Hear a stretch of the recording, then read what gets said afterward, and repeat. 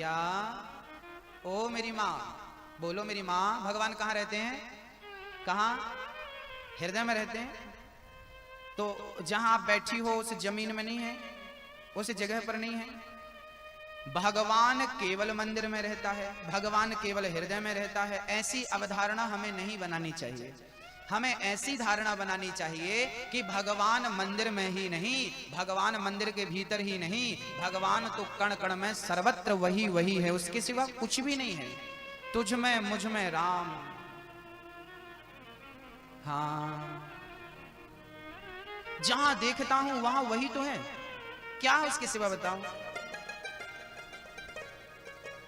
सोने की अंगूठी, सोने की अंगूठी, उस सोने की अंगूठी में क्या है?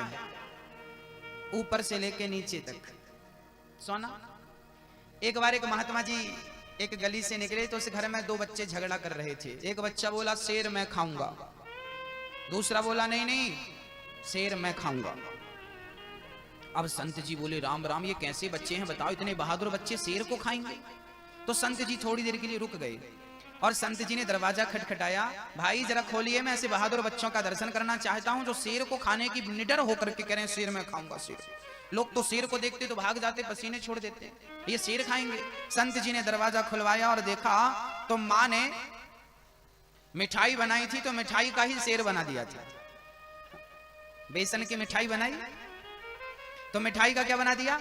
शेर। अब बच्चा कह रहा शेर मैं खाऊंगा, छोटा कह रहा मैं खाऊंगा, बड़ा कह रहा मैं खाऊंगा। संत जी बोले राम राम, ये शेर मीठा का बना हुआ मिठाई का। अब उस शेर की पूंछ खाओ तो कैसी लगेगी? बोलो मीठी। उस शेर के पांव खाओ तो कैसा लगेगा? उस शेर का मुंह खाओ तो कैसा लगेगा? अरे वो शेर मिठाई का बना है, किसी भी अंग को खाओ वो मीठा ही लगेगा। ऐसे ही जैसे मिठाई का बना हुआ शेर, कुछ भी उसका कोई भी अंग खाओ मीठा ही लगेगा, ऐसे ही जैसे मिठाई ही शेर बन गई, ऐसे ही भगवान ये संसार बन करके हम सबके बीच में हैं, हम सबके साथ में।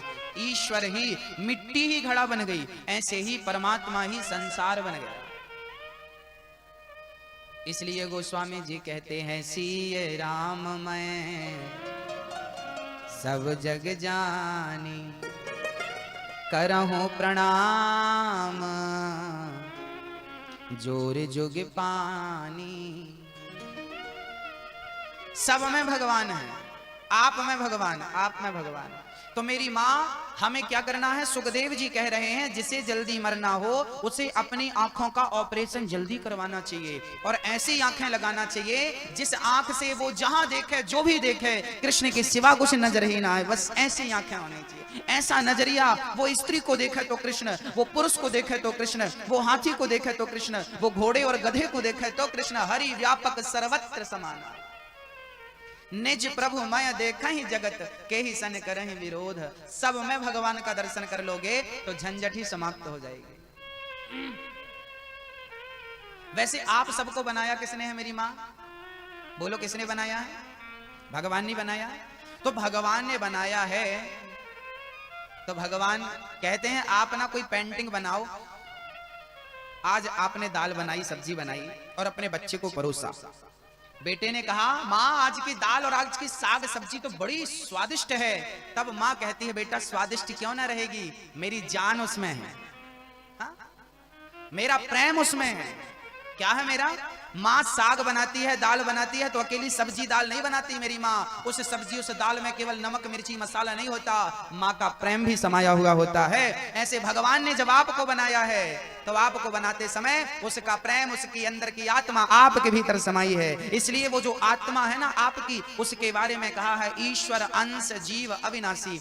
वो ईश्वर का अंश आपके अंदर, जैसे माँ की दाल में माँ का प्रेम समा जाता है, ऐसे भगवान जिसे बनाते हैं भगवान का प्रेम, भगवान की आत्मा उसके भीतर समा जाती है। इसलिए कहा गया कि तुम भी भगवान, तुम भी भगवान, तुम भी भगवान।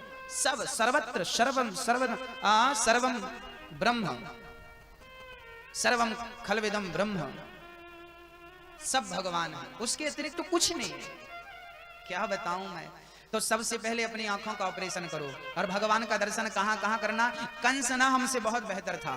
कंस, एक दिन कंस की पत्नी ने दाल बनाई और दाल में जरा जीरा काला पड़ गया छौंका लगाते समय। तो क्या हुआ, कंस ना भाग गया। पत्नी बोली कहाँ जा रहे हो? बोले तेरी दाल में कृष्ण बैठा है। उस कंस ने कृष्ण का इतना चिंतन किया, इतना चिंतन किया कि उसे दाल के जीरे में भी कृष्ण नजर आ गया। बस सच्चे भक्तों की पहचान यही है कि वो भगवान का इतना चिंतन करें, इतना चिंतन करें कि वो जहां देखें वहां कृष्ण नजर आए। बस यही सबसे बड़ी भक्ति है, यही ईश्वर को प्राप्त करने का एकमात्र इस कलिकाल में साधन है। इसलिए हम आपसे कहते हैं कि जिसे देखो, जहां देखो, जब देखो, किस रूप में देखो, किस रूप में देखो, जोर से बोलो, किस रूप में देखो?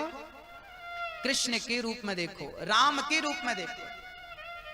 स्त्री को देखो तो कृष्ण के रूप में, पुरुष को देखो तो गोपियां जहां देखती हैं। उद्धव जी आए गोपियों के पास कृष्ण का संदेशा लेकर। उद्धव ने कहा गोपियों, कृष्ण ने कहा है कि तुम उन्हें भूल जाओ, उन्हें भूल जाओ। गोपियां हंसने लगी, क्या बताएं उद्धव, काश हम उसे भूल पाती, पर विडंबना तो यह है कि बीमारी अब भयंकर हो चुकी है। छोटा मोटा रोग होता ना तो उसका इलाज हो जाता, पर बीमारी इतनी बढ़ चुकी है कि अब हम जहां देखते हैं वहीं हमें कृष्ण नजर आता है, उसका इलाज हो नहीं सकता।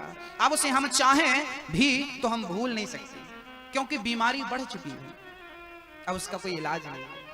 तो मेरी मां, आप भी अपनी बीमारी इतनी बढ़ा लो कि जहां देखो, जिसे देखो, कौन नजर आए? बस कृष्ण कृष्ण कृष्ण। तस्मात् भारत सर्वात्मा भगवान ईश्वरो हरिः श्रोतव्यः कीर्तितव्यश्च स्मर्तव्यश्चेच्छिताभयम्। जितासनो जितश्वासो जितसंगो जितेन्द्रियः। जहां श्वास की बात आई, भगवान सुखदेव जी कहते हैं परीक्षित, जल्दी मरने वाले व्यक्ति को अपनी श्वास पर भी कंट्रोल करना चाहिए, अपने मन पर भी कंट्रोल करना चाहिए। इसलिए आप लोग जरा अपने स्वास्थ्य पर भी ध्यान दिया करो, नित्य समय से उठा करो और नित्य योग किया करो, सूर्य नमस्कार करना चाहिए। स्वस्थ रहेंगे तो ही ना भगवान को पाएंगे, तब तो मन लगेगा। इसलिए जल्दी उठकर सबसे पहले क्या करना चाहिए? सबसे पहले पृथ्वी माँ को प्रणाम करके स्नान करना चाहिए। स्नान के बाद और बड़े प्रेम से आपको नित्य आसन करना चाहिए। सूर्य नमस्कार की 12-12 आसन तो करनी ही चाहिए सबको। आप लोग नित्य योग कौन कौन करता है? हाथ उठाओ। योग कौन कौन करता है? भैया आप करती हो? अच्छा, बहुत बढ़िया। और कौन कौन करता है? अच्छा, आप भी करो। बाकी लोग बाकी नहीं करते। गुरुजी हम तो काम ही इतना करते हैं, योग हो जाता है ना। आप लोग जो कहती हो ना काम करते हैं योग, ना, काम अलग है, योग अलग है।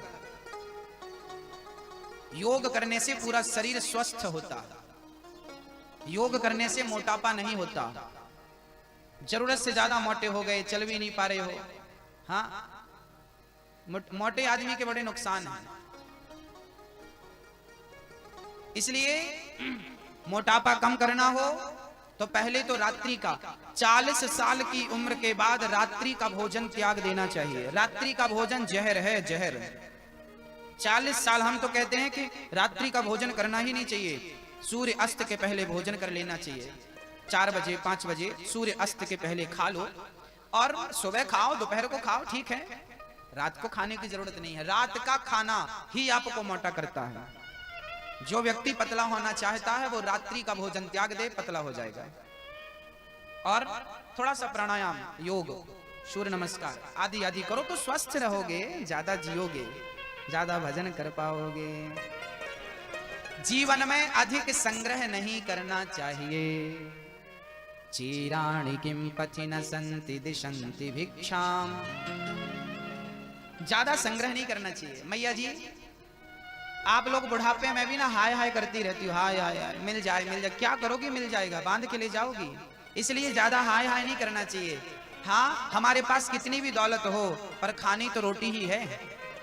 उतना ही खाओगे जितना पेट में समाएगा, और वो भी ज्यादा खाओगे तो पेट खराब हो जाएगा। आपके पास अरबों की दौलत हो पर आप उसका उपयोग जरूरत से ज्यादा चाहो तो भी नहीं कर पाओगे। जियोगे तो 2 रोटी चाहिए और मरोगे तो 2 गज कफन का टुकड़ा और 3x3 की जगह चाहिए। आपके पास बहुत बड़े बड़े प्लॉट पड़े हैं, बहुत प्रॉपर्टी है, 10-20 प्लॉट पड़े हैं, पर मरने के बाद तो 3x3 की जगह ही काम आएगी। हाँ, और वो भी जलने के बाद खत्म, छोड़ के जाओ फिर वहां दूसरा। तुम्हारा है क्या? जबरदस्ती हाय हाय करके मर रहे हैं। जितना है उतने में ही ईश्वर को धन्यवाद देकर संतुष्ट रहना चाहिए। मालिक, मैं इस योग्य नहीं था, तूने मुझे मेरी काबिलियत से ज्यादा दिया। संतोष जब आवे संतोष धन, सब धन धूरी समान। आपको पता नहीं है कि आपके पास क्या है। एक बहुत बड़ा आदमी था, उसके पास एक पुरानी सी साइकिल थी। अब उसके पास मोटरसाइकिल, कार, बंगला सब था, तो उसके पास साइकिल की जरूरत नहीं थी क्योंकि पुरानी हो गई थी। उसके सामने एक झोपड़ी वाला रहता था, उस बंगले के सामने। तो एक दिन वो मालिक अपनी साइकिल कबाड़ी को बेच रहा था, तो वो सामने वाला दौड़ा दौड़ा आया और हाथ जोड़ के बोला, भैया जी ये साइकिल आप कबाड़ी को मत दीजिए, जो पैसा कबाड़ी देगा मैं दे दूंगा, मुझे दे दीजिए।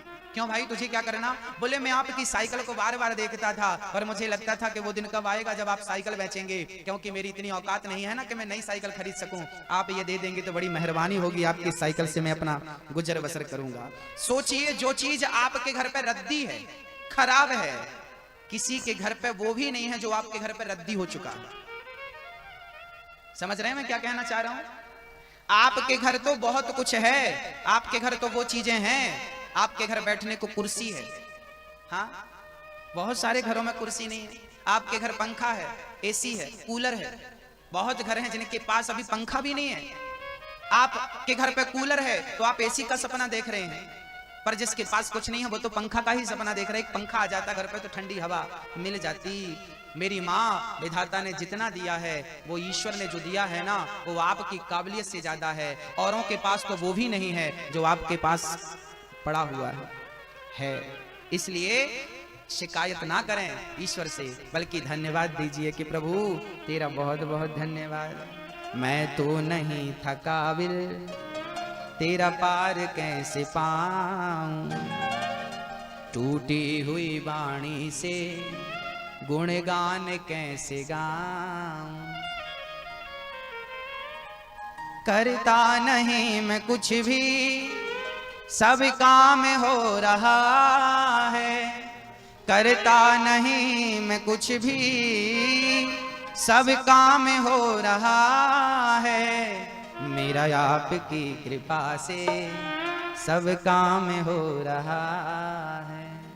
सब कुछ कन्हैया करते हैं, इसलिए ज्यादा संग्रह ना करो, ज्यादा संग्रह ना करो। जिसे भागवत में लिखा है कि जिसे जो चाहिए है तो एक एक देवता की उपासना कर लो। जैसे हमारे यहाँ गृह मंत्री अलग है, खाद्य मंत्री अलग है, कृषि मंत्री अलग है, जल विभाग का मंत्री अलग है, फलाना मंत्री अलग है, ये मंत्री अलग है। ऐसे ही भगवान के भी डिपार्टमेंट ये है कि हाँ, जिसे लक्ष्मी चाहिए वो माया देवी की पूजा करे, जिसे तेज चाहिए वो अग्नि की पूजा करे, जिसे स्वर्ग का सुख चाहिए हो वो अदिति के पुत्रों की कामना पूजा करे। ऐसे सारी व्यवस्थाएं हैं। जिसे ब्रह्म तेज की इच्छा हो वो बृहस्पति की पूजा करे। मतलब सबके अपने अपने डिपार्ट बने हुए हैं। परंतु भागवत में लिखा है कि जिसे सब कुछ चाहिए वो केवल एक नारायण की पूजा कर ले। अकामः सर्व कामो वा मोक्ष कामोदारधि तीव्रेण भक्ति योगेन यजेत पुरुषं परम। भगवान के अंदर वो सामर्थ्यता है, यदि आपने भगवान से दोस्ती कर ली तो भगवान सब कुछ दे सकते हैं, है ना? सही है भाई। जल मंत्री से आपकी पहचान होगी तो जल संसाधन आपके घर पे हो जाएगा। कृषि मंत्री से पहचान होगी तो कृषि की चीजें आप अच्छे से कर पाएंगे। गृह मंत्री से आपकी पहचान होगी तो ये काम अच्छे कर पाएंगे। पर प्रधानमंत्री से पहचान हो गई तो प्रधानमंत्री फिर किसी भी मंत्री को कोई भी आदेश देके आपका काम करवा सकता है। तो ईश्वर प्रधानमंत्री है, उसके नीचे सब काम करते हैं, उसके ऊपर हाँ वो प्रधानमंत्री है जिसके ऊपर राष्ट्रपति भी नहीं है। हाँ बोलो राधे राधे। तो भगवान का ज्यादा से ज्यादा भजन करना चाहिए, भगवान का चिंतन अधिक करना चाहिए। भागवत में भगवान के स्वभाव का वर्णन है। राजा परीक्षित ने प्रश्न किया, गुरुदेव मैं भगवान का दिन रात चिंतन करूं क्यों? भगवान का स्वभाव कैसा है मुझे ये तो बताइए। बोले भगवान का स्वभाव ऐसा है कि भगवान शांति दूत बन करके चले गए पांडवों के पक्ष से। अच्छा, आप इतने बड़े आदमी हैं और आपसे कोई कहे कि सुनो जरा हमारी गाड़ी चला दो थोड़ा, हमारा ड्राइवर आज नहीं आया, आज हमारी गाड़ी आप ड्राइव कर दो,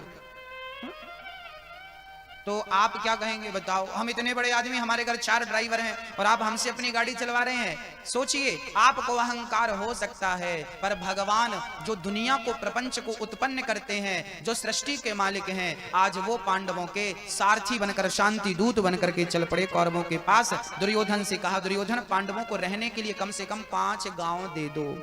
दुर्योधन बोला, मैं 5 गांव क्या, सुई की नोक बराबर जगह भी पांडवों को देने को तैयार नहीं हूं।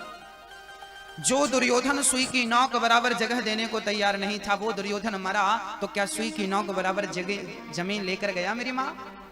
इसलिए ना हाय हाय नहीं करना चाहिए। भगवान दुर्योधन के अहंकार को देख चुके थे। अच्छा, भगवान श्री कृष्ण जब आए तो दुर्योधन ने भगवान कृष्ण को नहीं चुना था। अच्छा, दुर्योधन की हार क्यों हुई? क्यों हुई? क्योंकि दुर्योधन का चुनाव सही नहीं था, दुर्योधन का निर्णय सही नहीं था। कभी कभी हमारी हार इसलिए भी हो जाती है कि हम सही वक्त पर सही निर्णय नहीं ले पाते। सही वक्त पर सही निर्णय भी बहुत मायने रखता है मेरी मां। सही बोल रहा हूं क्या मैं? सही वक्त पर सही निर्णय लेना चाहिए।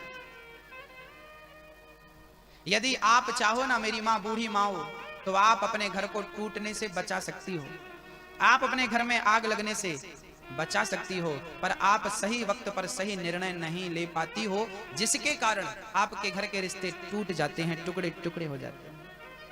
इसका एक उदाहरण बताता हूं मैं आपको। जब महाभारत की तैयारियां होने लगी, तब भगवान श्री कृष्ण को मांगने के लिए दुर्योधन आया, कन्हैया आप हमारे साथ युद्ध करिए, हमारे पक्ष में आइए। अर्जुन आए, बोले आप हमारे पक्ष में आइए। भगवान ने कहा कि कल जो सबसे प्रथम आएगा मैं उसको मौका दूंगा प्रथम मांगने का। और सुनिए, अकेला मैं नहीं हूं, एक तरफ मैं हूं, दूसरी तरफ मेरी सेना है, नारायणी सेना, जो कभी परास्त नहीं होती, पराजित नहीं होती, वो सेना मेरे पास है। या तो मुझे मांग लो या तो सेना को मांग लो, पर याद रखना मैं किसी के भी साथ रहूंगा, या कौरव या पांडव, मैं अस्त्र शस्त्र नहीं उठाऊंगा, मैं धनुष नहीं उठाऊंगा, मैं किसी को मारूंगा नहीं, मैं निहत्था रहूंगा। दूसरा दिन हुआ, भगवान श्री कृष्ण सुबह सुबह नित्य की पूजा पाठ से निवृत्त होकर सैया पर लेटे थे, और जब भगवान ने देखा दुर्योधन आ रहा है, तो भगवान ने दुर्योधन को देखते ही अपनी आंख बंद कर ली, मूंद ली। दुर्योधन आया, दुर्योधन को लगा भगवान सो रहे हैं, तो दुर्योधन जाके सिर पे खड़ा हो गया, पीछे यहां। बाद में अर्जुन आए, अर्जुन ने देखा भगवान सो रहे हैं। अर्जुन भी चाहते तो भगवान के सिर पे खड़े हो जाते, परंतु भगवान के सिर पर नहीं, भगवान के चरणों में खड़े होंगे, तब भगवान का दृष्टि भक्त पर पड़ेगी, ईश्वर की दृष्टि तब आप पर पड़ेगी जब आप उनके चरणों में होंगे। अच्छा, एक बात बताइए, मेरे सिर पर यहां कोई आके खड़ा हो जाए तो मेरी नजर उस पर पड़ेगी या आप पर पड़ेगी? जो सामने होगा उस पर, या जो सिर पे खड़ा होगा पीछे? आपको लगता है कि मैं भगवान के सिर पे ना। कई लोगों को आपने देखा होगा, हमारी माताएं भगवान के माथे पे तिलक, भगवान के खोपड़ी में फूल चढ़ा देती हैं। मेरी मां भगवान के सिर को पाओगी ना तो भगवान नहीं मिलेंगे, भगवान के चरणों को पाओगी तो भगवान प्राप्त हो जाएंगे। अर्थात भगवान के मस्तक पे तिलक वंदन नहीं करना चाहिए, भगवान के चरणों में तिलक पुष्प लगाना चाहिए, भगवान के चरणों की ओर देखना चाहिए, भगवान के चरणों को हृदय में बिठाना चाहिए, भगवान के चरणों का चिंतन करना चाहिए। हाँ, दुर्योधन खड़ा है, आंख खुली, भगवान, अरे अर्जुन आप आ गए पहले, तब दुर्योधन घूम के आया, प्रभु वो नहीं आया, पहले मैं आया। भगवान बोले तुम आए तो पहले हो, पर दृष्टि तो हमारी पहले किस पर पड़ी? हमारी दृष्टि सर्वप्रथम अर्जुन पर पड़ी, इसलिए अधिकार अर्जुन को हम देते हैं। अर्जुन मांगो, तुम्हें क्या मांगना है? अर्जुन ने कहा प्रभु मांगना क्या है, वो तो निर्णय ले चुका हूं, मैं आपको आपसे मांगता हूं। दुर्योधन बड़ा खुश हुआ, वाह मेरे मन की बात हो गई, मैं तो सोच ही रहा था मैं निहत्थे कृष्ण का क्या करूंगा। दुर्योधन बोला मैं इस कृष्ण का क्या करूंगा, इससे अच्छी तो सेना है, कम से कम वो पराजित नहीं होगी। दुर्योधन बोला ठीक है, ये सेना हमें दे दो। सेना लेकर के दुर्योधन चला गया।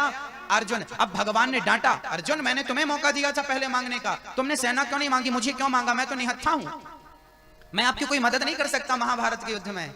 दुर्योधन अर्जुन चरणों में गिर पड़े, कन्हैया मुझे महाभारत जीतने के लिए मैंने आपसे आपको नहीं मांगा, इसी बहाने आप मेरे पास मेरे साथ रहेंगे, दिन रात मैं आपका दर्शन करता रहूंगा, इसलिए मैंने आपको मांगा है कि इसी बहाने आपका मुझे दर्शन प्राप्त होगा। मैं युद्ध जीतने के लिए आपको मांगा हूं। ये आप गलत। भगवान से क्या मांगना? दुर्योधन ने भगवान से मांगा और अर्जुन ने भगवान को मांगा। विजय किसकी हुई? भगवान से मांगने वाली की या भगवान को मांगने वाले की? मेरी माँ, भगवान से मांगने वाले की कभी विजय नहीं होती, भगवान को मांगने वाले की विजय होती है। इसलिए भगवान से ना मांगो, भगवान को मांगो। कन्हैया तुम्हें चाहते, तुमसे नहीं चाहते, तुम्हें चाहते। बस अर्जुन बाहर निकले तो दुर्योधन खड़ा था। अब दुर्योधन हंसने लगा, वाह अर्जुन, मक्खन मक्खन मैंने ले लिया, छाछ छाछ तुझे बची। अर्थात सेना रूपी मक्खन मैंने लिया और निहत्था कृष्ण रूपी छाछ तुझे बची। मक्खन मक्खन मैंने ले लिया, छाछ छाछ तुझे बची। मूर्ख। अर्जुन बोले, दुर्योधन अहंकार ना कर, अरे मक्खन मक्खन तूने ले लिया तो क्या हुआ, वो माखन चोर तो मेरे ही पास है ना, वो चुरा लेता है। तो माखन लेने से अच्छा है मक्खन चोर को ले लो, माखन चोर को ले लो।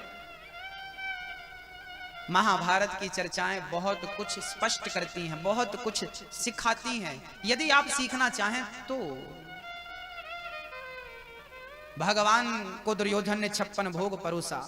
भगवान बोले, मुझे तेरे 56 भोग नहीं चाहिए, मेरा निमंत्रण तो विदुर जी के घर है।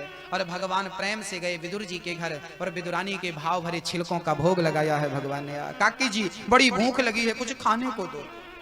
विदुर जी बाजार गए और विदुरानी साग घर में उबल रही थी, साग बासी सूखी कैसे खिलाए, बगीचे से केला तोड़ कर ले आई। केला छीलती जाती, छिलका फल फेंकती जाती, छिलका समझकर, छिलकों को फल समझकर कृष्ण को देती जाती। धन्य है भगवान जो छिलकों का भोग लगा रहे हैं, और धन्य है वो भक्त जो छिलकों का भोग भगवान को लगा रहा है। आहा, आज भगवान ने ये नहीं देखा कि मेरे भक्त ने क्या खिलाया, आज भगवान ने ये देखा कि मेरे भक्त ने किस प्रेम से मुझे खिलाया है, किस भाव से मुझे खिलाया है। वस्तु महत्व नहीं रखती, वस्तु के पीछे उद्देश्य महत्व रखता है। वो प्रेम, वो भाव महत्व रखता है। आपका भाव क्या है? और भाव का भूखा हूं मैं, भाव ही एक सार है, और भाव से भजले मुझे तो भव से बेड़ा पार है। राम ही केवल प्रेम प्यारा। केवल प्रेम की रोटी खाता है मेरी माँ। वो प्रेम की रोटी बासी ही क्यों ना हो, कल की ही क्यों ना हो, बिल्कुल पापड़ की तरह कड़ी ही क्यों ना हो गई हो, वो बासी ही कल की और परसों की ही खाएगा, पर प्रेम की रोटी खाएगा। वो अहंकार के 56 भोग कभी नहीं खाता मेरी माँ, वो प्रेम की बासी रोटी खाता है। दुर्योधन की मेवा त्यागी, साग विदुर घर खाई, सबसे ऊंची प्रेम सगाई। आहा, किस चीज का भूखा है मेरा कृष्ण, ये बताओ क्या चाहिए? आप लोग कभी कभी पूछती हो ना कि गुरुजी भगवान को क्या भोग लगाएं, क्या भोग लगाएं? ये तो प्रश्न ही नहीं है। क्या भोग लगाएं ये प्रश्न कब खड़ा हुआ? अरे कर्माबाई खिचड़ी भगवान को खिलाती थी। जगन्नाथपुरी में कर्माबाई की कुटिया थी, वो कर्माबाई खिचड़ी बनाती, चूल्हे पर मिट्टी का बर्तन चढ़ाती, पानी डालती, नमक डालती, थोड़ी सी दाल, थोड़ी सी चावल डाल देती और बढ़िया दातून करती। दातून करते करते उसी को, खिचड़ी को चलाती, और फिर जब खिचड़ी पक जाती तो भगवान को बुलाती, जगन्नाथ भगवान आओ, खिचड़ी तैयार है, भोग लगाओ। भगवान गोद में आकर के बैठते और इस खिचड़ी का भोग लगाते। भगवान शुद्धि को नहीं देखता, आपकी शरीर की पवित्रता कितनी ज्यादा और कितनी कम है, ईश्वर को इससे मतलब नहीं, आपके मन की शुद्धि कितनी है, मन कितना निर्मल है, ये ईश्वर देखता है। तन को धोया मगर मन को धोया नहीं, बाद गंगा नहाने से क्या फायदा। ना मेरी माँ, कर्माबाई की खिचड़ी भगवान ने खाई। कर्माबाई बुलाती है, आज एकादशी के दिन भगवान को बुलाया और चावल खिला दिया, खिचड़ी चावल की खिलाई। पंडा जी ने देखा कि ये भगवान के मुंह पे चावल का दाना लगा है, किसने खिचड़ी खिलाई भगवान को? कर्माबाई बर्तन धुल रही थी। भक्ति हो तो कर्मा जैसी, हाँ थाली शाम धड़ी जिमावे बेटी जाट की, जीवो हमारा शाम घड़ी जिमावे बेटी जाट की। थाली भर के लाइर खींचो ऊपर के बाटी। आज खिचड़ी बना कर ले आई और भगवान को खिलाने लगी। भगवान नहीं खाए। कर्माबाई बोली, अच्छा मेरे पिता के हाथ से खाते थे इसलिए उनके हाथ से खाने की आदत है, एक बार तो खा लो। अच्छा तो आप इसलिए नहीं खा रहे हो कि पिता का इंतजार है, तो सुन लो प्रभु, आज मेरे पिताजी नहीं आएंगे, आज मेरे पिताजी नहीं आएंगे, आज मेरे पिताजी नहीं आएंगे आपको खिचड़ी खिलाने, आज तो मैं ही हूं। तो किसी ने कहा क्यों नहीं आएंगे? तो कर्माबाई कहने लगी, बाबो हमारो गांव गयो है ना जाने कब आवेगो। बाबो हमारो गांव गयो है ना जाने कब आवेगो। ओ के भरोसे बैठो रहो तो मुझको ही रह जावेगो। ओ के भरोसे बैठो रहो तो मुझको ही रह जावेगो। आज जिमाऊं तने खींचड़ो, आज जिमाऊं तने खींचड़ो, काल रावड़ी छाछ की जीमो हमारा शाम धड़ी, जिमावे बेटी जाट की झाली भर के लाइर खींचड़ो। ऊपर की बात की जीवो हमारा शाम धड़ी, जिमावे बेटी जाट की। कर्माबाई कहती है, हे प्रभु, हे प्रभु आओ भोग लगाओ। जब तक आप नहीं आएंगे ना मैं भी भोग नहीं लगाऊंगी। और जब भक्ति सच्ची हो, साचो प्रेम प्रभु से हो तो मूरत बोले काठ की। साचो प्रेम प्रभु से हो तो मूरत बोले काठ की। अब प्रेम सच्चा हो तो पत्थर की मूर्ति भी बोलती है। हाथ उठा के जरा मस्ती भरी ताली बजाओ मेरी माँ। कर्माबाई कहती है, भक्ति हो तो कर्मा जैसी सांवलियो घर आवे गो। भक्ति हो तो कर्मा जैसी सांवलियो घर आवे गो। भक्ति भाव से पूर्ण हो के हरख हरख गुण गावे गो। भक्ति भाव से पूर्ण होकर हरख हरख गुण गावे गो। साचो प्रेम प्रभु से हो तो, साचो प्रेम प्रभु से हो तो मूरत बोले काठ की, जीमो हमारा शाम धड़े, जिमावे बेटे जाट की थाली भर के खींचड़ो ऊपर की रात की, जीमो हमारा शाम धड़ी, जिमावे बेटी जाट की। हाँ खावे हमारो शाम धड़े, खिलावे बेटे जाट की, खावे हमारो शाम धड़ी, जिमावे बेटी जाट की। श्री राम जय राम जय जय राम, श्री राम जय राम जय जय राम, हरे राम हरे राम हरे राम हरे राम, हरे राम हरे राम हरे राम, हरे राम हरे राम हरे राम हरे राम, हरे राम हरे राम हरे राम हरे राम, हरे राम हरे राम हरे राम हरे राम, हरे राम हरे राम।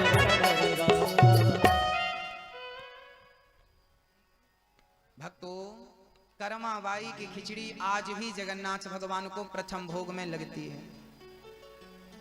पुजारियों को दर्शन दिया भगवान ने कर्माबाई के कहने पर। ये कर्माबाई की खिचड़ी है, ये प्रेम की खिचड़ी है, ये भाव की खिचड़ी है। जब भगवान धराधाम को छोड़कर गए तब विदुर जी को याद किया।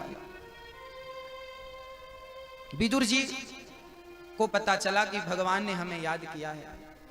तुरंत मैत्री जी के पास गए और मैत्री जी से प्रश्न किया, प्रभु। विदुर जी ने प्रश्न किया, सुखाय कर्माणि करोति लोको न तये सुखम वान्य दुपार वंबा विंदेत भूयस तदैव दुखम। अच्छा देवहूति बुढ़ी होगी, आप कौन हैं? मैं आपकी पत्नी हूं, 40 वर्ष पूर्व विवाह हुआ, अब तो बाल वाल सब पक गए, झुर्रियां पड़ गई। करदम जी को लगा राम राम मेरी पत्नी है और बिना पति को प्राप्त किए बुढ़ी हो गई, अब क्या करें? बोले देवी तुम वरदान मांगो, तुम क्या चाहती हो? देवहूति बोली, आप जैसे पति को पाकर और क्या चाहूंगी, बस एक पुत्र की कामना है। करदम जी ने कुंड में स्नान कराया और वो कुंड इतना प्रभावशाली था, तप के प्रभाव से उसमें स्नान करते ही माँ देवहूति 16 साल की कन्या बन करके जवान होकर बाहर आई। करदम जी ने भी डुबकी लगाई और सबसे पहला विमान करदम जी ने बनाया। हेलीकॉप्टर एरोप्लेन की कल्पना सबसे पहले भारत में की गई थी। आज पूरी दुनिया में किसी भी ग्रंथ में, किसी के भी धर्म ग्रंथों में विमानों की कोई चर्चाएं नहीं है, कोई बात नहीं है। हमारे वेद पुराणों में ही विमानों की बातें हैं। हमारे भारत में जब दुनिया ना पढ़ना जानती थी, ना कपड़े पहनना जानती थी, उस टाइम भी हमारे भारत में विमान हुआ करते थे। रावण के पास पुष्पक विमान था और करदम जी के पास एक कामक विमान था। विमान भी हमारे देश में थे। आजकल के बच्चों को जब हम ये बात कहते हैं कि भाई हमारे भारत में पहले जब ये बात कही जाती थी कि विमान जैसा कुछ होता है, उड़ता है आदमी, लोग हंसते थे, क्या बकवास कर रहे हो। आज दुनिया के लोगों ने भारत के पुराणों पर, भारत के वेदों पर रिसर्च किया तो विमान बना के रख दिया। ये रिसर्च भारत के नए बच्चों ने किया होता तो आज विमान बनाने का खिताब भारत के पास होता। वैसे सच्चाई ये है कि सबसे पहला विमान भारत में ही बनाया गया था। 1400 वर्ष पूर्व हमारे भारत के एक वैज्ञानिक ने सबसे पहला विमान बनाया था और भारत में ही उसको उड़ाकर दिखाया था। पर वो पूरा नक्शा, पूरी डिजाइन लोगों ने, विदेशी लोगों ने चुरा ली और उस आधार पर वो विमान बना के रख दिया। आज उनके नाम पे है वो किताब। तो भाई हमारे भारत में, हमारा भारत, हमारे वेद, हमारे पुराण विज्ञान की कसौटी में खरे उतरते हैं। आप में से किसी को यदि विज्ञान का नॉलेज है, यदि साइंस के आप स्टूडेंट हैं, तो आप आके हमसे बात कर सकते हैं। और साइंस और शास्त्र के बीच में कोई आपको बात समझ में ना आए तो मैं आपके उस प्रश्न का समाधान भी कर सकता हूं।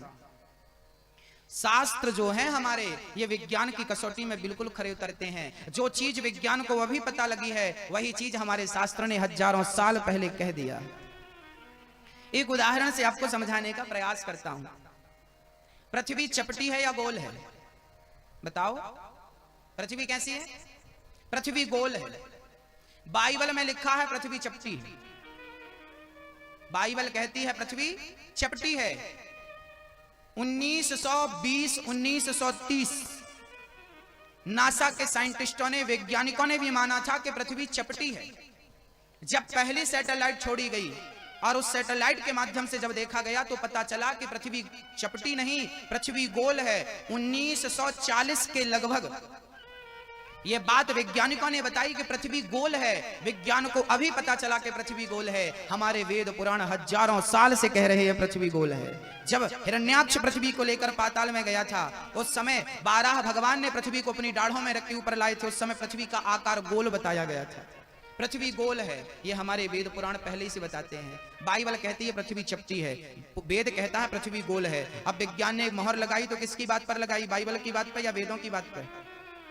जर्मनी के सबसे बड़े रिसर्च सेंटर में वेद रखे हैं। वेदों के आधार पर वहां रिसर्च होती है, वेदों के आधार पर वहां कोई भी चीज तैयार होती है। आज जितनी भी टेक्नोलॉजी आपके पास है, ये सारी हमारे वेदों की दी हुई है। आप माने ना माने, अमेरिका की सबसे बड़ी यूनिवर्सिटी में गीता पढ़ाई जाती है और भारत में गधे का पढ़ाया जाता है। कितना बड़ा दुर्भाग्य है। हाँ, अमेरिका, ये बात मैं कह रहा हूं तो आप मुझे केस कर सकते हैं मेरे ऊपर। यदि मेरी कोई भी बात गलत है तो आप मुझ पर दोषारोपण लगा सकते हैं। अमेरिका में सबसे बड़ी यूनिवर्सिटी अमेरिका की, उस अमेरिका की यूनिवर्सिटी में गीता पढ़ाई जाती है और भारत में अभी तक गधा पढ़ाया जाता है। ये कितना बड़ा दुर्भाग्य है। हाँ, आजकल लोग इंग्लिश बोले ना तो लोगों को लगा वाह बढ़िया, बहुत पढ़ा लिखा, बहुत समझदार है। इंग्लिश बोलने को लोग कहते हैं कि ये भले आदमी हैं, पढ़े लिखे हैं, विद्वान हैं, और कोई हिंदी से बात करे तो नहीं लगता ये ऐसे ही है, कोई ज्ञान नहीं है इसको। सोचिए कि जिस देश में अपनी मातृभाषा का सम्मान ना हो वो देश कैसा होगा। एक भारत इकलौता देश ऐसा है जहां, जिस देश में आपकी भारत माता की, आपकी भारतीय संस्कृति में आपकी हिंदी का सम्मान नहीं होता। मातृभाषा हमारी क्या है?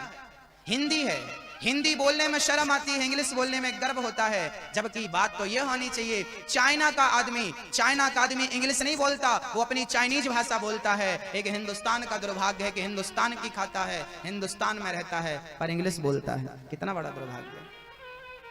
मातृभाषा से प्यार करिए, अपने वतन से प्यार करिए, भारत माँ से प्यार करिए। हिंदी है, हम वतन है, हिंदुस्तान हमारा। अच्छा बताओ, आपको भारत माँ से किस किस को प्यार है? सब हाथ खड़े करेंगे, किसी से पूछ लो, सब हाथ खड़े करेंगे। हाथ खड़े करने से प्यार नहीं होता मेरी मां। जापान का नाम सुना आपने? जापान एक देश है, छोटा सा टापू में रहता है, सबसे संपन्न देश है जापान। जापान के किसानों ने सेब, एप्पल, सेब उगाए। तो जापान समुद्र के बीच में, वहां का सेब जब हुआ ना, तो वहां का सेब कड़वा है। वहां का जो लोकल सेब है, एप्पल है, वो कड़वा है। तो अमेरिका को पता चला कि जापान का सेब कड़वा है, तो अमेरिका ने अपने सेब वहां की बाजार में उतार दिए। ये बात मैं इतिहास की बात दोहरा रहा हूं, बोल रहा हूं आपसे। जब अमेरिका ने अपने देश से सेब भेजे जापान, तो अमेरिका का सेब मीठा था और जापान का सेब कड़वा था। तो जापान के लोगों ने कहा कि हमारे देश का सेब भले कड़वा है, पर हम देश का पैसा अमेरिका को नहीं दे सकते, हम कड़वा खाएंगे, पर अपने देश का पैसा दूसरे देश में नहीं भेजेंगे। ये वफादारी उनके देश की थी। इसलिए आज जापान संपन्न है, क्योंकि वो अपने वतन से, अपने देश से प्यार करते हैं। वो चाइना का कोई सामान नहीं खरीदते, वो अपने ही देश का बना हुआ सामान खरीदने पर विश्वास रखते हैं। उनका पैसा फिजूल ना जाए, वो इस बात का ध्यान रखते हैं, इसलिए वो संपन्न है। और ये भारत का आदमी, ये भारत का आदमी, ये गन्ने का जूस नहीं पीता, पेप्सी और कोका कोला पीता है। और पेप्सी कोका कोला पीते समय अपने आप को बड़ा वाह, देखो हम लोग क्या पीते हैं, वाह, ये भारत है, ये प्यार है भारत से। जय का भारत माता की जय, जय जय, ऐसे में जय होगी। भारत से प्यार तब होगा, भारत का किसान यदि फांसी लगा के मरता है ना मेरी माँ, उसकी जिम्मेदार आप भी होती हो। भारत का हर वो व्यक्ति जिम्मेदार है। यदि आपने गन्ने के किसान की फांसी रोकनी थी, तो गन्ने का जूस पिया होता, गन्ने का जूस पिया होता तो किसान को 2 पैसा मिलता, वो फांसी ना लगाता, बेटी को पढ़ाता, अपने बच्चों को अच्छा पढ़ा पाता। लेकिन आपने पेप्सी कोका कोला पी लिया, गन्ने का जूस नहीं पिया। वो किसान फांसी नहीं लगाएगा तो क्या करेगा? किसान फांसी लगा लिया, सरकार पे हल्ला बोल दो, सरकार क्या करेगी? आपकी और हमारी कोई जिम्मेदारी नहीं है देश के प्रति? क्या हमें और आपको अपने वतन, अपने देश से प्यार नहीं करना चाहिए? मेरी माँ, भारत तब बढ़ेगा जब आप अपने वतन से प्यार करेंगे, जब अपनी संस्कृति से प्यार करेंगे, जब हिंदी से प्यार करेंगे। भारत की बनी चीजों पर आज ये नौजवान भाइयों से पूछो तुम्हें कौन सी गाड़ी खरीदनी है? हमें BMW खरीदनी है। हिंदुस्तान में जो गाड़ी बनती है वो गाड़ी नहीं खरीदनी, जो विदेश में बनती है वो खरीदनी है। भारत का आदमी पागल है। कैसे पागल है? वो भारत की बनी चीजों को नहीं खरीदता, वो भारत को प्रोत्साहित नहीं करता, वो विदेश में अपना पैसा देना चाहता और कहता है मैं प्यार करता हूं भारत माँ से। ना मेरी माँ, अपने बच्चों को देश प्रेमी बनाइए, हम जिएंगे और मरेंगे ऐ वतन। भारत माता की, भारत माता की। भारत की बनी चीजों पर आइए, भारत से प्यार करिए।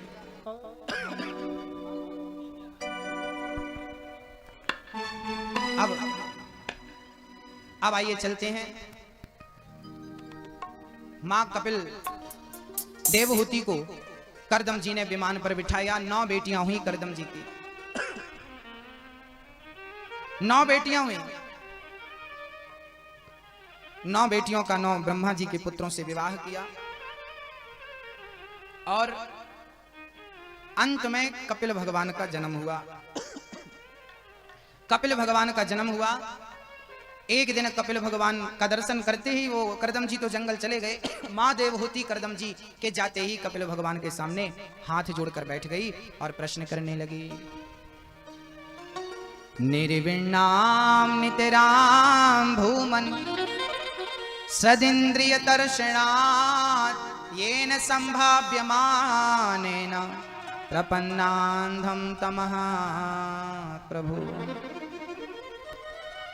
आज देवहूति ने हाथ जोड़कर कहा, प्रभु मेरा मन बहुत परेशान करता है, ये मन बड़ा परेशान करता है, क्या बताऊं मैं। करदम जी से, देवहूति से कपिल भगवान ने कहा, मां मन को शांत करना हो तो केवल 2 उपाय हैं। मन को शांत कैसे किया जा सकता है? मन को शांत कैसे किया जा सकता है?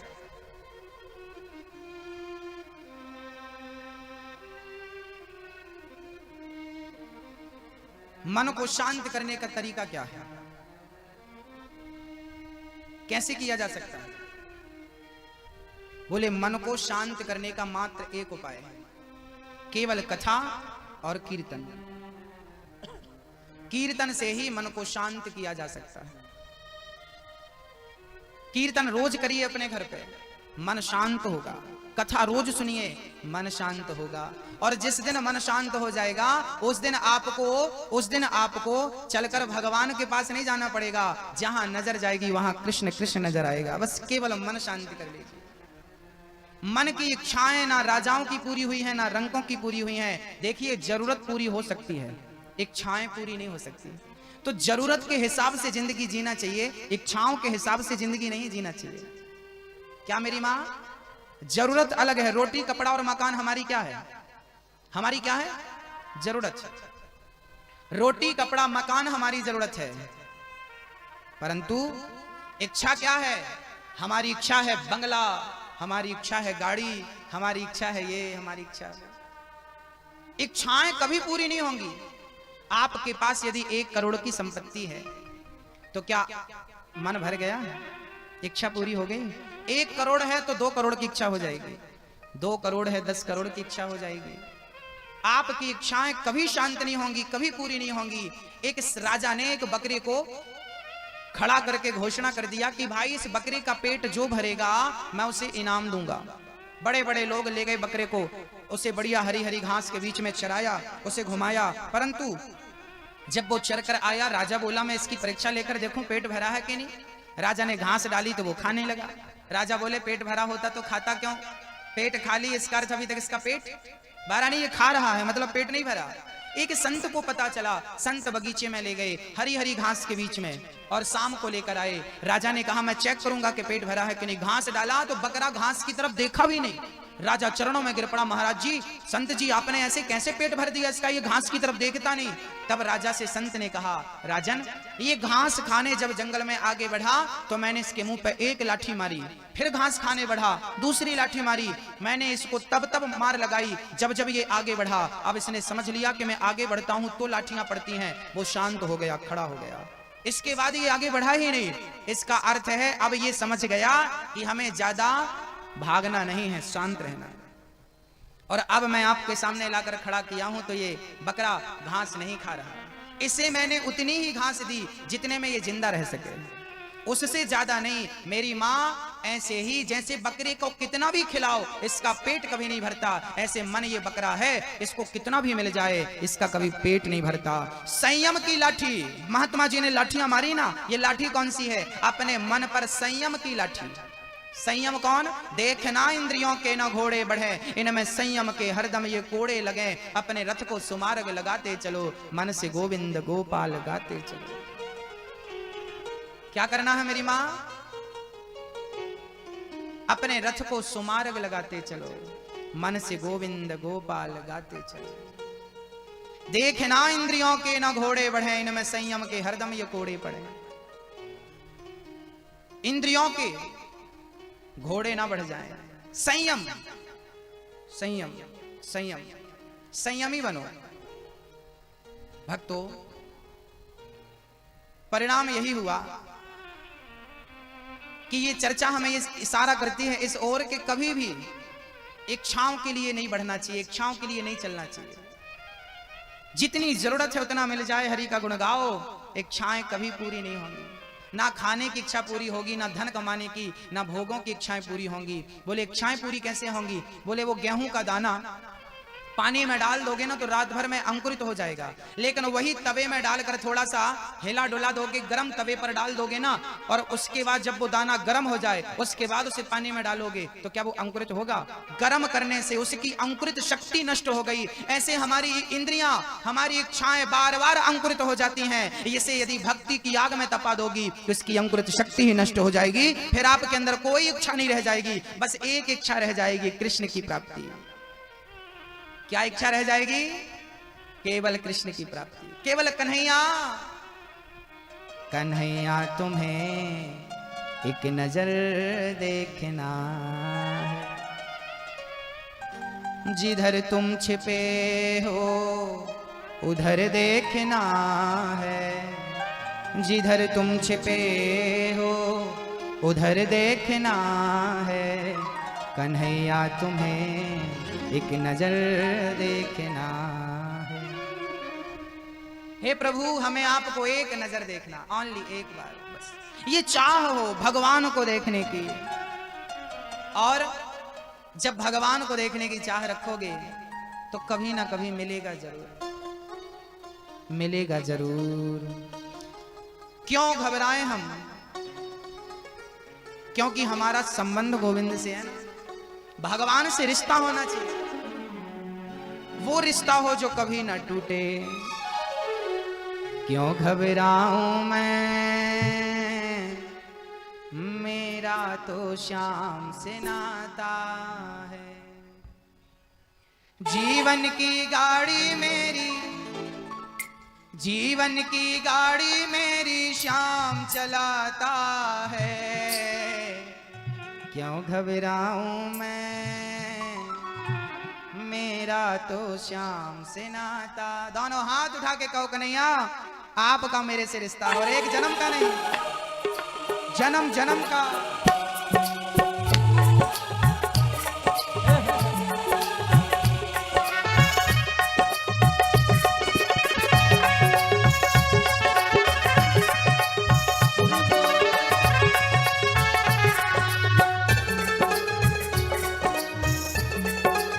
हरि बोल। क्यों घबराऊं मैं, मेरा तो श्याम से नाता है। क्यों घबराऊं मैं, मेरा तो श्याम से नाता है। क्यों घबराऊं मैं, मेरा तो श्याम से नाता है। क्यों घबराऊं मैं, मेरा तो श्याम से नाता है। जीवन की गाड़ी मेरी, जीवन की, जीवन की गाड़ी मेरी श्याम चलाता है। क्यों घबराऊं मैं, मेरा तो श्याम से नाता है। क्यों घबराऊं मैं, मेरा तो श्याम से नाता है।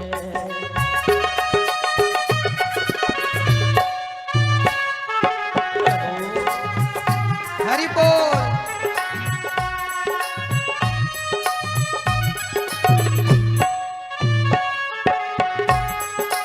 दोनों हाथ मस्ती के साथ।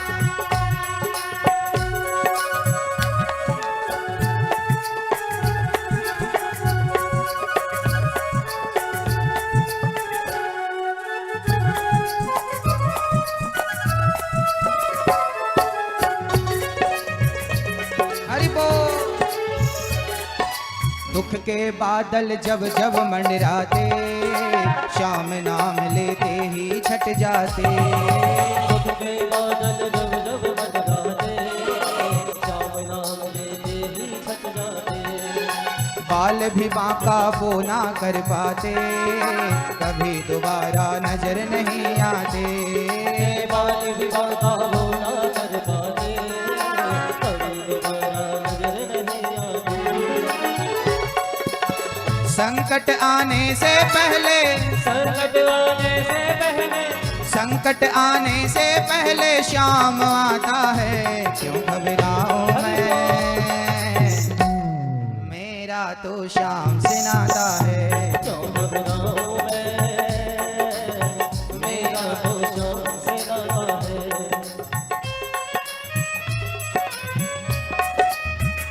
हरि बोल।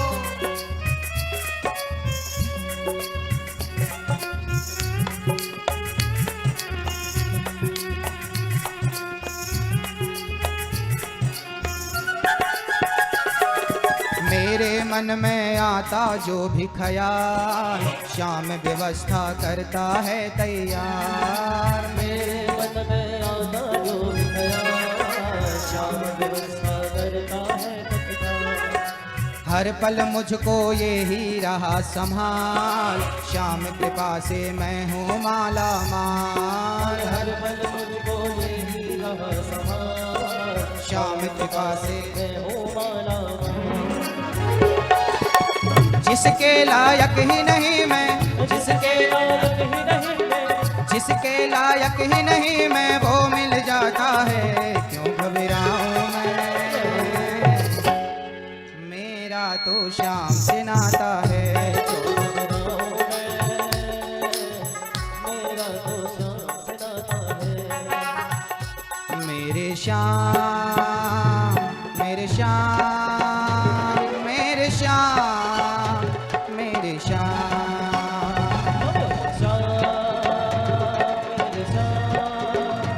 मेरे श्याम क्यों घबराऊं मैं, मेरा तो श्याम से नाता है। क्यों घबराऊं मैं, मेरा तो श्याम से नाता है। जीवन की गाड़ी मेरी, जीवन की गाड़ी मेरी श्याम चलाता है। क्यों घबराऊं मैं, मेरा तो श्याम से नाता है।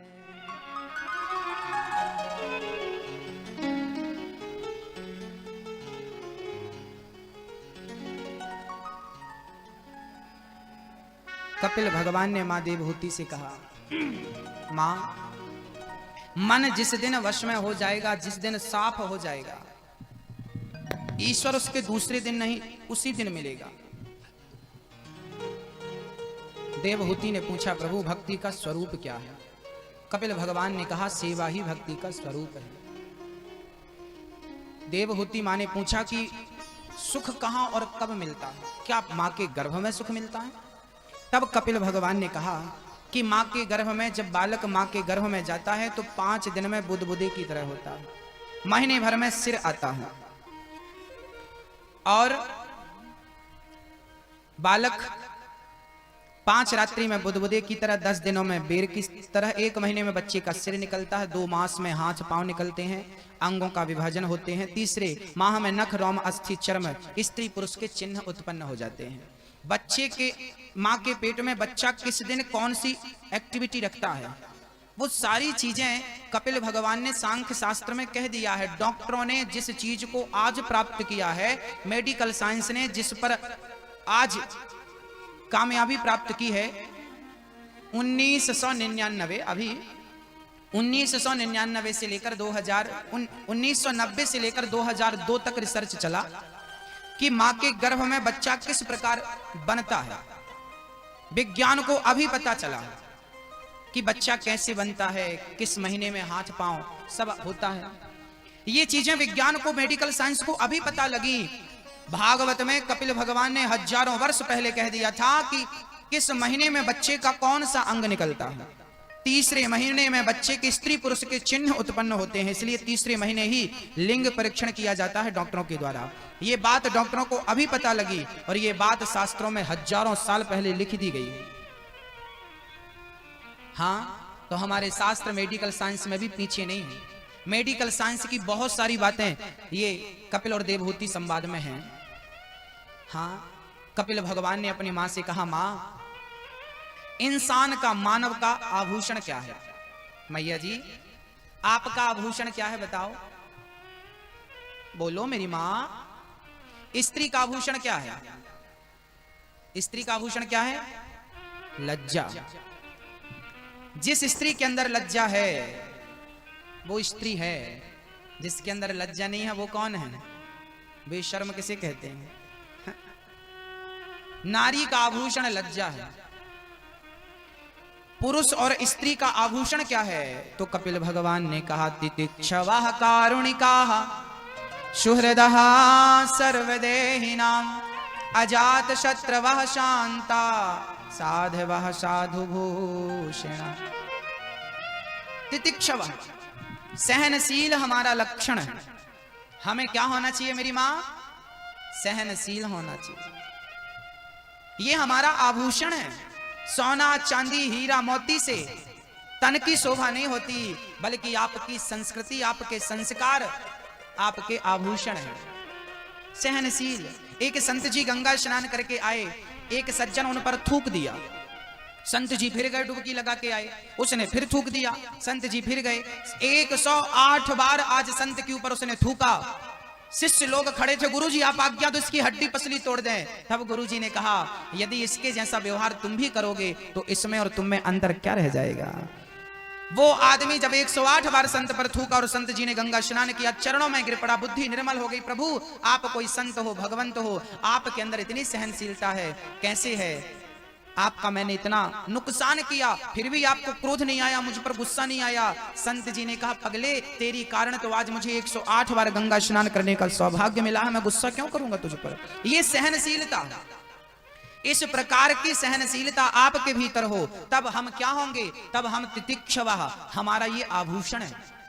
हमें सहनशील होना चाहिए, तितिक्षवा, हृदय में करुणा होनी चाहिए, कारुणिका सुहृदः सर्वदेहिनां, सबके प्रति स्नेह सौहार्द रखें, किसी को अपना दुश्मन ना माने, सबके प्रति अच्छा भाव रखें, कोई आपका दुश्मन नहीं है ऐसी कामना और कल्पना करें। बस भक्तों, माँ देवहूति तो ज्ञान सुनकर सिद्धा नाम की नदी बनकर बह गई। कपिल जी ने आचमन किया, सीधे गंगा सागर चले गए। बोलिए कपिल देव भगवान की। अब कपिल देव जी के बाद एक सुंदर सी घटना, मनु जी महाराज की तीसरी पुत्री का नाम है प्रसूति, जिनका विवाह दक्ष से हुआ। दक्ष बड़े अहंकारी किस्म के आदमी थे। एक बार दक्ष ने स्वागत सम्मान समारोह रखा, उसमें सबको बुलाया, शंकर जी, ब्रह्मा जी, विष्णु जी, इंद्र जी, वरुण जी सब बैठे थे। अब दक्ष की एंट्री हुई तो सब खड़े होकर उनका अभिवादन करने लगे। जैसे आप लोग खड़े होते हैं जब गुरु जी आते हैं तो खड़े होकर आप उनका अभिवादन करते हैं, ऐसे ही जब दक्ष पधारे तो सबने उनका सम्मान किया। पर 3 लोग खड़े नहीं भये, ब्रह्मा, विष्णु और महेश। ब्रह्मा जी इसलिए खड़े नहीं भये, दक्ष मेरा बेटा है, इसका मैं सम्मान क्यों करूं भाई? भाई बाप कभी बेटे का सम्मान करेगा? ठीक है, आदर करना अच्छी बात है, पर पिता बेटे के लिए खड़ा हो ये उचित नहीं है, शिष्टाचार ये नहीं कहता। विष्णु जी भी खड़े नहीं भय, मेरा नाती है। अच्छा, शिव जी खड़े नहीं भय कि मेरे ससुर जी हैं, दूर से प्रणाम कर लिया, जय हो ससुर बाबा की, मैं दिखावा नहीं करता। पर दक्ष तो शंकर जी पर देखकर आग बबूला हो गए, अरे भाइयों इसे क्यों बुला लिया? ना इसे उठने का ज्ञान, ना बैठने का ज्ञान, ना खाने पीने का ज्ञान, ये भभूति भस्मी रमाए घूमता है, अभद्र है, ऐसा है वैसा, 1000 गालियां भरी सभा में दक्ष ने भगवान शिव को दी। पर धन्य है भगवान शंकर कि दक्ष की गालियों का कड़वा घूंट पीकर भी मुस्कुराते रहे, होठों की मुस्कान जाने नहीं दी। बस मेरी माँ एक बात याद रखना कि सुख दुख आपके वश में नहीं है, दिन रात आपके वश में नहीं है, पर आपकी होठों की मुस्कान आपके वश में है, इसे बनाए रखिएगा, मुस्कुराते रहिएगा हर हाल हर स्थिति परिस्थिति में। भगवान शिव प्रसन्न है, मुस्कुरा रहे।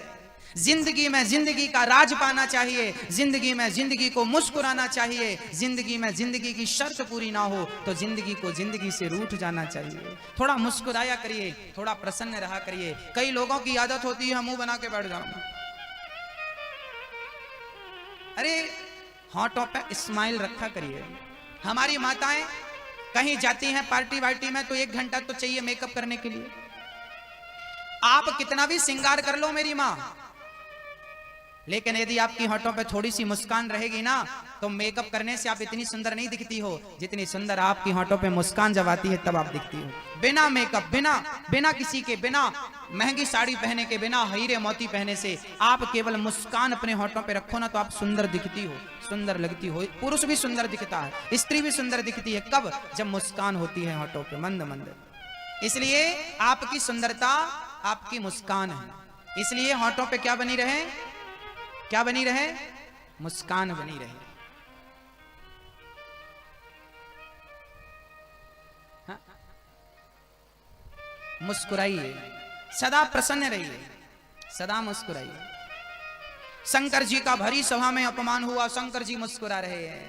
करे पूरे गौरम करुणावतारम संसार सारम भुजगेंद्र हारम सदा वसंतम हृदयारविंदे भवम भवानी सहितम नमामि।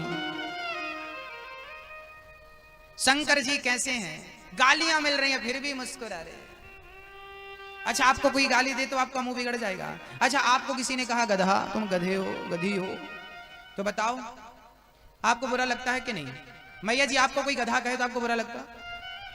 किसी बच्चे को कोई गधा कहे तू गधा है, बुरा लगता कि नहीं लगता? अच्छा ये बताओ, किसी ने आपको गधा कहा तो क्या आप गधे हो? आप गधे नहीं हो तो बुरा क्यों मानते हो? आप गधे हो ही नहीं, बुरा क्यों? आपने मान लिया मुझे गधा कहा, मुझे, अब आप गधे हो गए 100%। अब आप गधे हो, मत स्वीकार करिए। किसी ने गाली दे दी, गुस्सा आ गया, थोड़ा तो धैर्य रखिए, थोड़ा तो शांत बनिए। याद रखना मेरी माँ, ये पत्थर, हर मंदिर में जो मूर्तियां होती हैं ना पत्थर की होती हैं। किसी ने कहा कि यार पत्थर की ही मूर्तियां क्यों बनाई जाती हैं? मैंने कहा पत्थर जितना सहता है उतना कोई सहले तो वो सचमुच भगवान बन जाएगा। पत्थर की जब मूर्ति बनाई जाती है ना तो छेनी और हथौड़े की चोट से भगवान की आंख में छेनी लगा करके ठोका जाता, मारा जाता। आंख कैसे बनती है भगवान की? गाल, भगवान के गाल में छेनी चल रही है, भगवान की होंठ में छेनी चल रही है, भगवान की आंख में छेनी चल रही है। इतनी चोट छेनी की खाई है इस पत्थर ने, इतनी चोट खाई है कि चोट खा खा करके भगवान बन गया मेरी माँ। जो सहता है वो भगवान बनता है। आप जिस दिन सह लोगी ना भगवान बन जाओगी। कहती हो कि भगवान पत्थर के